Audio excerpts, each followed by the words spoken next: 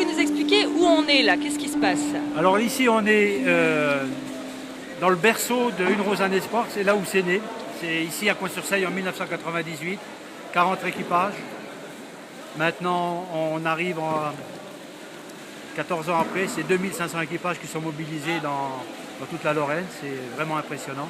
Alors vous pouvez nous rappeler ce que c'est l'association Une Rose un Espoir? Alors Une Rose un Espoir, c'est né d'une idée de quelqu'un qui a perdu ses parents et qui avait vraiment envie de faire quelque chose pour aider la Ligue. Bon, évidemment, ça ne fera pas revenir ses parents, mais ça pourra aider les autres. Voilà comment tout est parti. D'accord. Donc c'est la preuve quelque part que quand on a une idée, parfois cette idée elle grandit bien au-delà, parce qu'aujourd'hui, expliquez-nous l'évolution. Bon, écoute, donc au départ on était ici c'était 33 villages. Maintenant, on tourne dans à peu près presque 900 villages en Lorraine.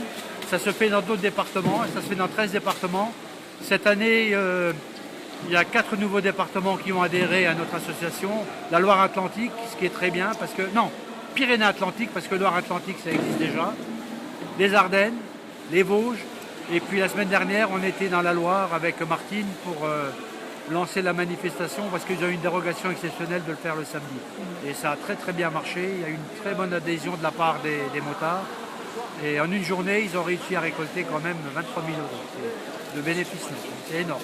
Alors une première, c'est énorme. Vous êtes un peu modeste et un peu pudique, vous n'avez pas voulu dire que c'était vous, la personne dont vous parlez. Mais quand vous avez eu cette idée, quand vous êtes dit, tiens, il faut que je fasse quelque chose, c'est venu comment? C'est-à-dire qu'à un moment donné, quand vous avez perdu vos parents, qu'est-ce qui s'est passé? Je vais te dire vraiment la vérité. Maintenant, tu prends ça comme tu veux.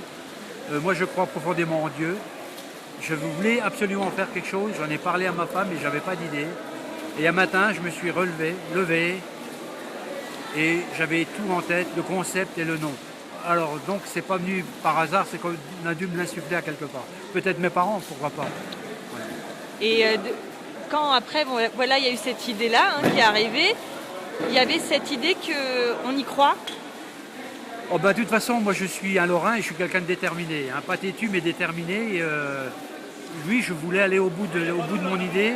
Bon, lorsque en 98 j'ai lancé cette manifestation, un mois avant, le scandale de l'Arc nous est tombé dessus. Alors beaucoup de personnes m'ont dit d'abandonner. Moi j'ai dit non, je vais au bout, je veux savoir. Et en fin de compte, ça a bien marché puisqu'on a récolté presque 8 000 € cette fois-ci. Et aujourd'hui, 14 ans après, ça fait 10 fois plus, 100 fois plus. C'est-à-dire 600 000 €. 600 000 € que vous récoltez grâce à ces roses. Voilà, grâce à ces roses. Alors pour faire un petit peu de statistiques, on va dire, dans tous les secteurs, ça représente 310 000 roses qui sont emballées.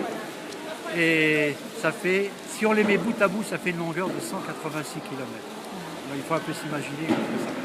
Alors quelque part, qu'est-ce qu'on peut retenir de cette expérience? Ça veut dire que quand on veut vraiment quelque chose, on y arrive? Voilà, quand tu as la volonté, moi j'ai toujours été comme ça, si tu as la volonté de faire quelque chose, c'est la volonté qu'il faut.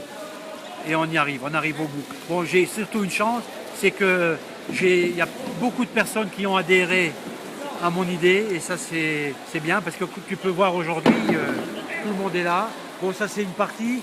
Il y en a d'autres, pareil, qui vont nous préparer les repas. Il y en a d'autres qui vont faire les casse-croûtes. C'est une grande famille. Et à la fin de la journée, les gens se disent, aujourd'hui, on a été utile. Et on les voit, ils ont le sourire. Parce que c'est quand même fatigant, il ne faut pas croire. Ça veut dire aussi qu'on peut faire quelque chose de collectif dans ce monde où on est très individualiste. Bon, alors, moi, je dis que notre manifestation, elle rassemble les gens. Elle ne les divise pas. Et si la politique pouvait s'inspirer un peu de ce qu'on fait, je crois que la France irait beaucoup mieux. Ouais. C'est que la solution, elle vient des gens? La solution, elle vient des gens, elle vient de... Bon, il faut dire que quand tu lances un truc comme ça, il faut être clean de tous les côtés. Et tu peux l'exiger des autres. Tu vois, par exemple, quand nous, je dis nous, parce qu'on est à plusieurs à se déplacer dans des départements, on a été en Loire-Atlantique, là, on revient de la Loire, c'est tout à nos frais personnels. On n'est absolument pas indemnisé. Et je pense que ce qui fait aussi un peu le succès de la manifestation.